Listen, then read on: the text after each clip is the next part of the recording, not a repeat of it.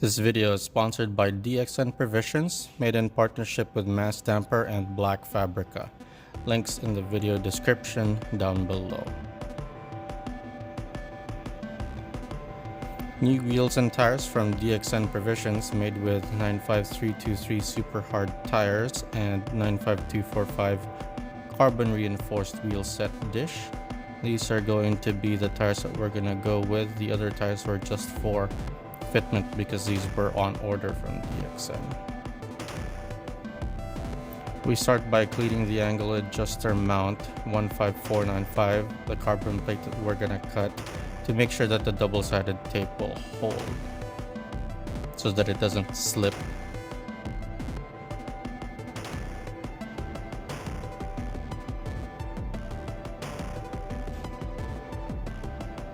The angle trim will be set to 5 degrees. Make sure to line up the tape to the upper edge of the angle adjuster.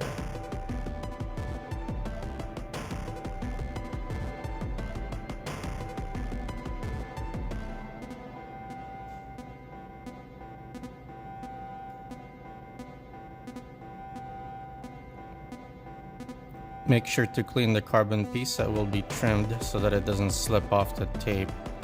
Be sure to tape it with the print side down.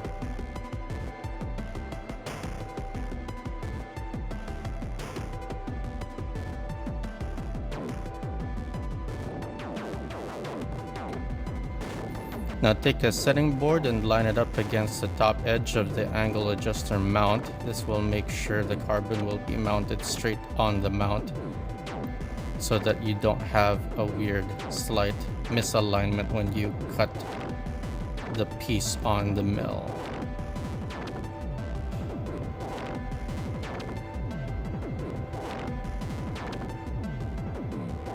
Now that the carbon is mounted, press the plate firmly onto the mount by pushing it down and sliding it back and forth slowly on the setting board.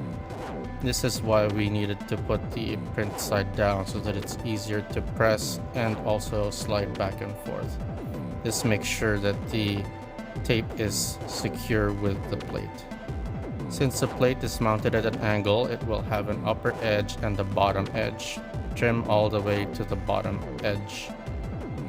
Basically, the bottom edge is going to be where you need to cut up to. You're going to cut from the top side and then work your way down.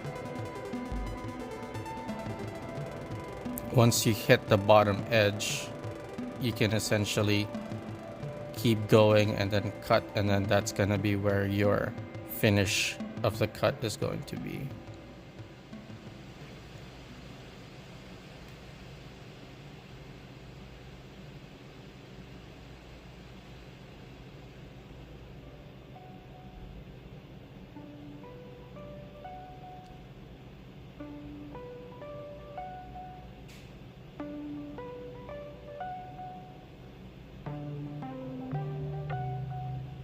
There you go. Now that's what it looks like. You could see the angle, the 5-degree angle on that side of the plate. Carefully lift up the tape from one side to remove it. Next, we will be cutting off excess carbon on the angle adjuster plate using the rotary tool. Essentially, you're going to be keeping the 2 holes that you're going to cut off on the edges. You want to keep the middle 3 holes and then the next 2 holes that are adjacent to those holes.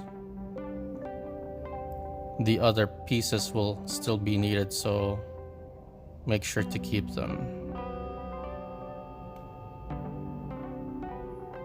We will cut off the last 2 holes on both sides. Copy the position of the cut that I made here. The 2 pieces you cut off will also be used as an upper support, so don't throw them away. When you cut, make sure you don't cut too narrowly, otherwise it would be a little too wiggly when you mount it on the bumper. So right here you can see how much I've cut. So there's enough room on both sides of the 2 holes that we're going to be using as the main mounts.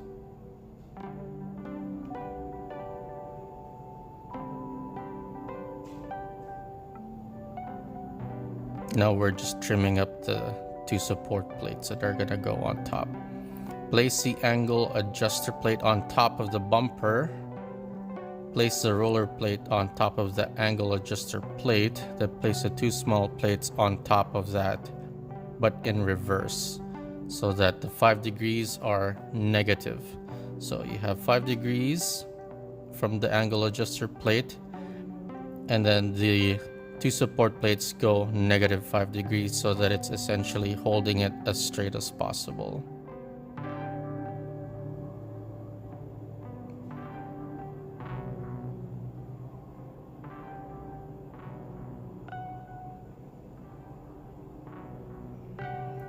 And also, when you're using aluminum lock nuts, careful not to over tighten. So as you can see here, I only use the normal nuts for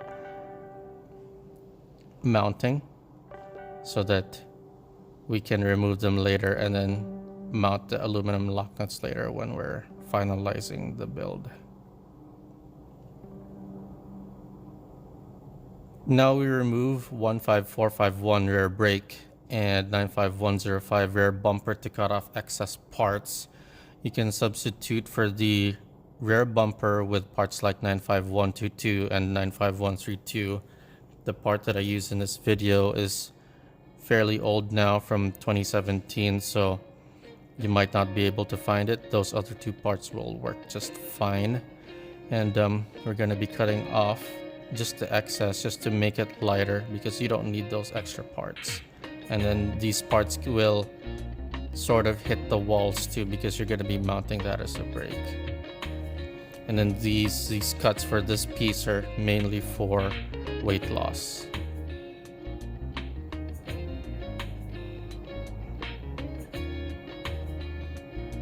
For 15451, you cut off the 19mm holes. For 95105, cut near the brake mounts, not too close. And wear an N95 mask if you don't have a vacuum. I left mine at home, as you can see, and yeah, I definitely regretted it that day. If you are not gonna wear a mask, try and blow it away as you're cutting the pieces, especially the carbon. Now here, I flipped it over so that I could see the pattern on the carbon. It makes it easier for you to line up where your cut is. But when you're looking at the plate, it's never going to be uniform. They're not always going to be the same in position. So just look at where it's going to be on one side and try and mirror it with the other side.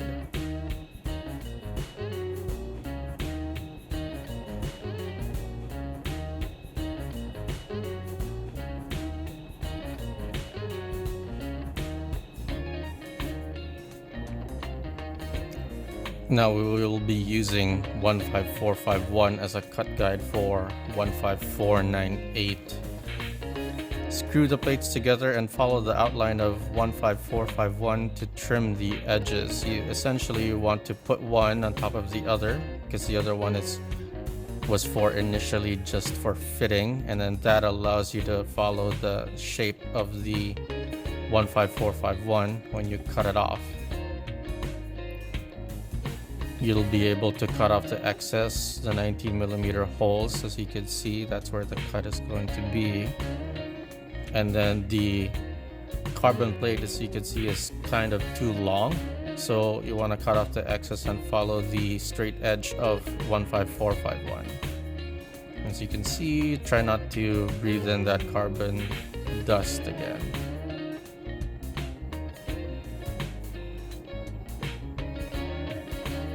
And here I'm just trimming the excess to make sure that it's uniform.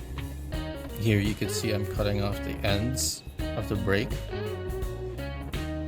because the carbon piece ends up being too long if you leave those in, and it won't fit in the dimension box. So here you're just trimming to make sure that the lines are uniform. We remount the bumper and the rear brake, then we check the dimensions on the car. This one should fit just fine. We already pre-checked it before when we were testing it in the last video, so the fit should be just fine on this one. So here we check the dimensions, and we're just essentially just checking the length on this one, making sure that there's still enough room.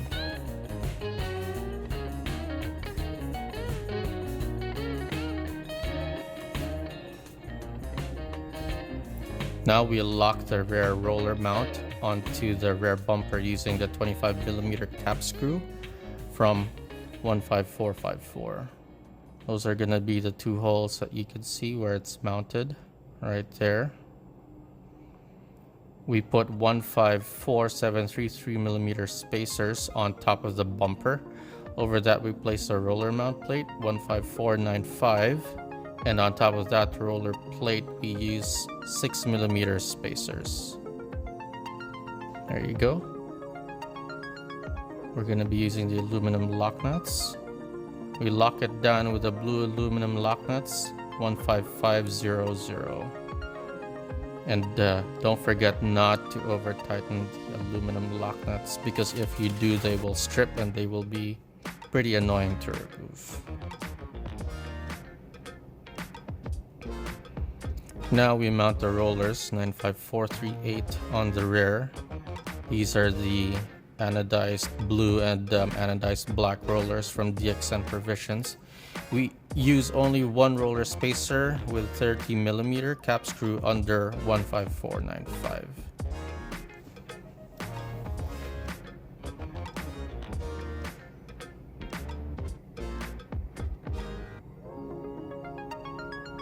So from the bottom to top, using 30mm cap screw, you put the 19mm roller in, then the roller spacer, then the plate 15495, the 12mm spacer, and then the 6mm spacer, and then the roller spacer. After that, the 19mm roller again, then the roller spacer, and then the aluminum lock nut. It seems like you have an odd number of roller spacers, but that's how it's gonna work. From underneath the plate, you only really need one roller spacer to hold the roller in place.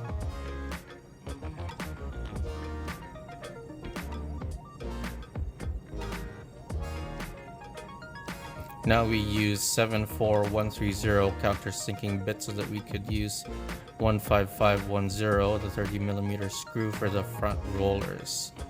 Test the fit repeatedly so you don't countersink too much. Now we're using the countersink for the front so that it's less likely for the screw to catch, since the plate is fairly jutted out from underneath the front bumper. This will allow you to minimize the chances of catching. And I'm sorry it's covered here, but basically when you countersink, just countersink bit by bit. If you're not using the countersinking bit stopper, you just go bit by bit, and then you see how deep it is. You check with the countersunk screw to see where it fits. Once you feel like it's in the right place, then you countersink the other side the same way. Try to make it match as much as you can.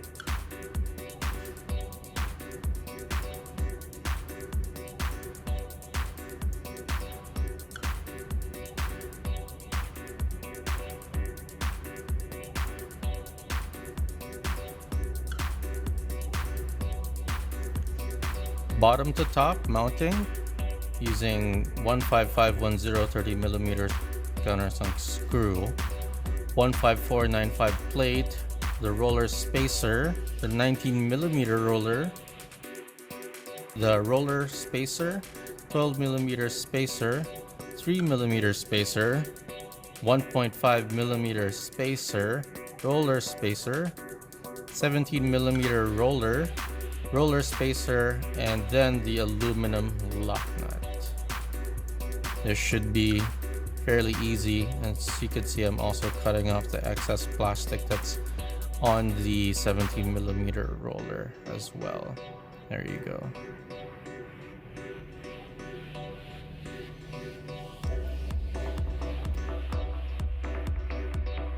Now we just remount the roller plate to finish the front and back roller mounts. So there you have it, guys.